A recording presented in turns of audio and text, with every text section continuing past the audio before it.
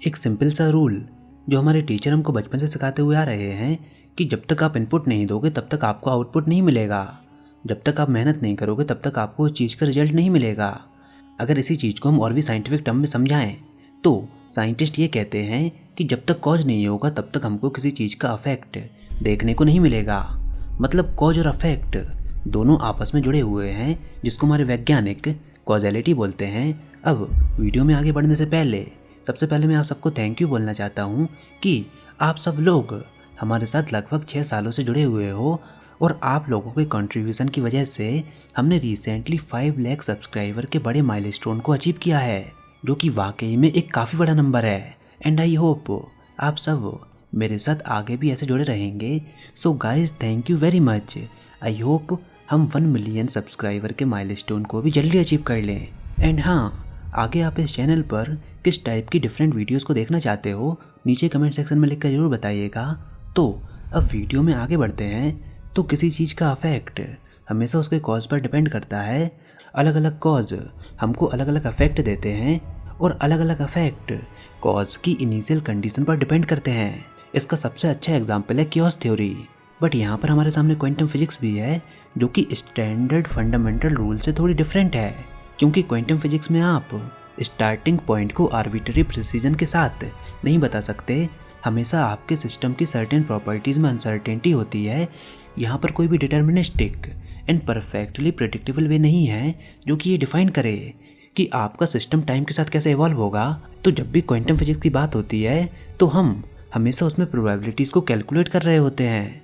साथ ही साथ जब भी क्वांटम फिजिक्स में मेजरमेंट, ऑब्जर्वेशन या फिर इंटरेक्शन होते हैं तो ये चीज़ें आपके सिस्टम की स्टेट को चेंज करते हैं।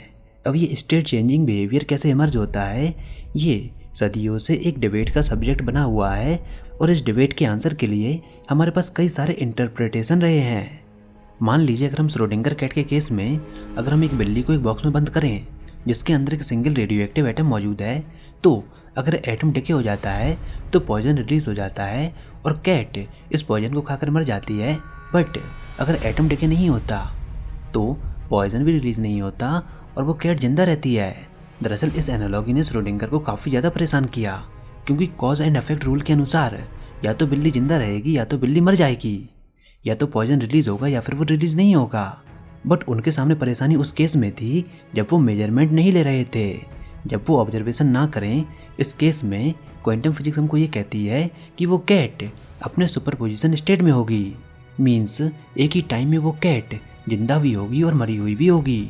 दरअसल वो कैट अपने सुपरपोजिशन स्टेट में होगी। और हमारे इस बात में फेल होना कि वो थ्योरेटिकल एनिमल जिंदा है या फिर मरा हुआ है हमको ये सोचने पर मजबूर करता है कि वो अपने सारे पॉसिबल स्टेट में है। और ये क्वांटम वियर्डनेस का सबसे क्लासिकल एग्जाम्पल है। अब इसी तरह क्वांटम वियर्डनेस का थ्योरेटिकल एग्जाम्पल नहीं बल्कि एक एक्सपेरिमेंटल एग्जाम्पल है, जिसमें एक सिंगल इलेक्ट्रॉन को 2 स्लिट में से पास किया जाता है जिनके बीच में काफ़ी शॉर्ट डिस्टेंस होता है। उस स्लिट के बिहाइंड एक स्क्रीन होती है जो कि इलेक्ट्रॉन्स को डिटेक्ट करती है। अब कॉमन सेंस हमको ये कहता है कि इलेक्ट्रॉन या तो लेफ्ट स्लिट में से पास होगा या फिर राइट स्लिट में से पास होगा। तो ऐसे में हमको लेफ्ट या फिर राइट स्लिट में इलेक्ट्रॉन की एक डॉट दिखाई पड़ती है। बट अगर हम कई सारे इलेक्ट्रॉन्स को फायर करें तो हमारा कॉमन सेंस हमको ये कहता है कि हमको रैंडमली लेफ्ट और राइट स्लिट के बिहाइंड की स्क्रीन पर कई सारे इलेक्ट्रॉन की डेंसिटी दिखाई देगी जो कि एक सिंगल लाइन में होगी। पर जब हमने एक्चुअल में एक्सपेरिमेंट को परफॉर्म किया तो हमको स्ट्रेट लाइन की बजाय इंटरफेरेंस पैटर्न देखने को मिले, जैसा कि आप अपनी स्क्रीन पर देख सकते हो। तो अब ऐसे इंटरफेरेंस पैटर्न हमको तब दिखाई पड़ते हैं जब वेव्स किसी स्लिट में से पास होती है। तो इसका मतलब यहाँ पर हर एक इलेक्ट्रॉन वेव्स की तरह बिहेव कर रहे हैं। पर सबसे वियर्ड बात यह है कि इंटरफेरेंस पैटर्न हमको तब दिखाई पड़े जब हमने इस पूरे एक्सपेरिमेंट को ऑब्जर्व नहीं किया। मतलब जब हम पूरे सिस्टम को ऑब्जर्व नहीं कर रहे थे तो हमको इंटरफेरेंस पैटर्न दिखाई दिया। बट अब दूसरे केस में जब हम स्लिट के बीच में डिटेक्टर लगाते हैं और इस चीज़ को मेजर करते हैं कि पहला इलेक्ट्रॉन किस स्लिट में से पास हुआ, दूसरा इलेक्ट्रॉन किस स्लिट में से पास हुआ, इसी तरह तीसरा, चौथा, पाँचवा और कई सारे इलेक्ट्रॉन्स को हमने डिटेक्ट किया कि वो कौन सी स्लिट में से पास हुए। तो इस केस में हमको इंटरफेरेंस पैटर्न नहीं बल्कि हमको लेफ्ट और राइट स्लेट के बिहाइंड एक स्ट्रेट लाइन देखने को मिली। मतलब यहाँ पर इलेक्ट्रॉन्स ने पार्टिकल की तरह बिहेव किया। तो मतलब जब हमने उनको ऑब्जर्व किया तो वो पार्टिकल नेचर दिखा रहे हैं, एंड जब हम उनको ऑब्जर्व नहीं कर रहे तो वो वेव नेचर दिखा रहे हैं। तो ये काफ़ी वियर्ड बात है कि आपका एक्ट ऑफ ऑब्जर्वेशन आउटकम्स को चेंज कर रहा है, इंटरेक्शंस को चेंज कर रहा है। अब क्वांटम वियर्डनेस को समझाने के लिए समय समय पर हमारे सामने क्वांटम मैकेनिक्स में अलग अलग इंटरप्रिटेशंस आई हैं जिनको अलग अलग लोगों ने दिया है। तो यहाँ पर मैं आपको क्वांटम फिजिक्स की कुछ इंटरप्रिटेशन बताता हूँ जो कि क्वांटम वियर्डनेस को एक्सप्लेन करने की कोशिश करती है। तो सबसे पहला इंटरप्रिटेशन है कोपेनहेगन इंटरप्रिटेशन। कोपेनहेगन इंटरप्रिटेशन हमको ये कहता है कि क्वांटम वेव फंक्शन की कोई भी फिजिकल मीनिंग नहीं होती जब तक हम उसमें किसी प्रकार की मेजरमेंट को डिफाइन ना करें, और जब हम मेजरमेंट करते हैं तो हमारा वेव फंक्शन कोलैप्स होता है और हमको प्रोबेबिलिटी का एक डिस्ट्रीब्यूशन मिलता है। मतलब हमको प्रोबेबिलिटी मिलती है कि वो सिस्टम किस स्टेट में होगा। नाउ सेकंड इंटरप्रिटेशन है मैनी वर्ल्ड इंटरप्रिटेशन। इसका ये कहना है कि क्वांटम स्टेट हमेशा एनवायरनमेंट के साथ इंटरेक्ट करती हैं, इससे इंटेंगलमेंट प्रोड्यूस होता है और कई सारे पॉसिबल आउटकम्स लगातार क्रिएट होते रहते हैं, जहाँ पर हर एक आउटकम किसी न किसी पैरेलल यूनिवर्स में हो रहा होता है। मतलब क्वांटम फिजिक्स जितने सारे वियर्ड रिजल्ट हमको देती है वो सारे रिजल्ट किसी न किसी पैरेलल यूनिवर्स में एग्जिस्ट करते हैं। दरअसल ये इंटरप्रिटेशन, जैसा कि इसका नाम है मैनी वर्ल्ड इंटरप्रिटेशन, ये एक पैरेलल यूनिवर्स के आइडियाज़ को लेकर आती है। नाउ तीसरा है इंसेम्बल्ड इंटरप्रिटेशन, जहाँ पर आप infinite number of identical system को प्रोड्यूस कर सकते हो जो कि सेम तरीके से बने हुए हों, एंड जब भी मेजरमेंट होती है तो आप सिंपली वन आउटकम को चूज करते हो जो कि रियल आउटकम होता है। ना चौथा है पायलट वेव इंटरप्रिटेशन, जहाँ पर पार्टिकल्स हमेशा एग्जिस्ट करते हैं और उनके पास पोजीशन होती है जो कि वेव फंक्शन के द्वारा गाइड होती है। मतलब वेव गाइड्स, जिसको पायलट वेव्स भी कहा जाता है, वो डिटर्मिनिस्टिक होती हैं और वो किसी हिडन वेरिएबल्स के द्वारा डिसाइड की जाती हैं। मतलब कुछ हिडन वेरिएबल्स होते हैं जो पूरी क्वांटम फिजिक्स को डिफाइन करते हैं। तो अगर आप किसी तरह इन हिडन वेरिएबल्स को जान जाओ तो आपके पास पूरे क्वांटम फिजिक्स की चाबी मौजूद होगी। तो इसी प्रकार क्वांटम फिजिक्स में और भी कई सारे प्रकार के इंटरप्रिटेशन हैं जिनकी लिस्ट मैंने उनके ऑथर के साथ और उनकी अलग अलग क्वांटम प्रॉपर्टीज़ के साथ मैंने इस इमेज में मेंशन की है। तो यहाँ पर आप अपनी स्क्रीन पर ध्यान से देखिए कि यहाँ पर ऐसा कोई भी इंटरप्रिटेशन नहीं है जो कि सारी प्रॉपर्टीज़ को एक साथ एक्सप्लेन कर दे।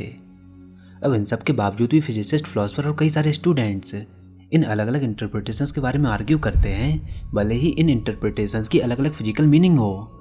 हालांकि काफ़ी लोगों के उनके खुद के फेवरेट इंटरप्रिटेशन होंगे, पर कहीं ना कहीं ये सारे इंटरप्रिटेशन कन्फ्यूजन को पैदा करते हैं, बजाय इसके कि वो क्वांटम मिस्ट्रीज को सॉल्व करें। हर एक इंटरप्रिटेशन आपको एक नई रियलिटी के साथ फ्रेंडशिप कराएगा, बट कहीं ना कहीं हमारे सामने ये सवाल भी आते हैं कि क्या वाकई में ये सारे इंटरप्रिटेशन सही हैं या फिर ये केवल हमारी ह्यूमन परसेप्शन की लिमिटेशंस को दर्शाते हैं। सवाल जैसे कि क्वांटम फिजिक्स कैसे वर्क करती है, क्वांटम थ्योरी में मैथमेटिकल ऑब्जेक्ट हमको क्या दर्शाते हैं, इन सब के कई सारे आंसर्स हो सकते हैं जितना हम इनके डीप में जाएं, पर वो आंसर हमको हमारे अजम्पशंस की एक झलक देते हैं, ना कि ट्रू रियलिटी को बताते हैं। यहाँ पर काफ़ी कम चीज़ें हैं जिसको हम नेचर में एक्चुअली ऑब्जर्व कर सकते हैं। पार्टिकल की प्रॉपर्टीज़ जैसे कि पोजीशन, उनका मोमेंटम, स्कैटरिंग, क्रॉस सेक्शन, ज़्यादा से ज़्यादा उनकी इंडिविजुअल क्वांटम स्टेट, बट क्या रियलिटी बस इतने से ही प्रॉपर्टी से एक्सप्लेन हो सकती है? जवाब है मे बी नहीं, मे बी और भी कई सारी क्वांटम प्रॉपर्टीज़ हों जिनके बारे में हम अभी कुछ भी नहीं जानते हों, क्योंकि हमारी रियलिटी का परसेप्शन केवल हमारी सेंसेस और कैपेबिलिटीज़ पर ही लिमिटेड है। बट फिर भी क्वांटम फिजिक्स हमको तब भी फैसिनेट करती है क्योंकि क्वांटम यूनिवर्स के डिफरेंट बिहेवियर हमारे एवरीडे एक्सपीरियंस से काफ़ी अलग हैं। हर एक चीज़ एक पार्टिकल और वेव दोनों की तरह बिहेव कर सकती है, डिपेंडिंग हम उसके कौन से बिहेवियर को देखना चाहते हैं। यूनिवर्स इंडिविजुअल क्वांटा से बना हुआ है जहाँ पर हम केवल आउटकम की प्रोबेबिलिटी को बता सकते हैं, ना कि पूरे के पूरे आउटकम को। फिजिक्स हमको हर चीज़ नहीं बता सकती, जैसे कि यूनिवर्स वैसे ही क्यों काम करता है। अगर आप नेचर की फंडामेंटल रियलिटी में जानने में इंटरेस्टेड हो तो आपको ये सवाल अपने टीचर से नहीं या फिर अपने प्रोफेसर से नहीं, आपको ये सवाल खुद यूनिवर्स से पूछना होगा एंड इस यूनिवर्स के सीक्रेट्स को जानना होगा। तो फिलहाल आज की वीडियो में बस इतना ही। आई होप आपको ये वीडियो ज़रूर पसंद आई होगी। अगर ऐसा है तो इस वीडियो को लाइक कीजिए, अपने दोस्तों के साथ शेयर कीजिए, और अगर आपने हमारा चैनल अभी तक सब्सक्राइब नहीं किया तो इसको सब्सक्राइब कर लीजिए ताकि आगे आने वाली कोई वीडियोस और अपडेट्स आपसे मिस ना हो पाएँ।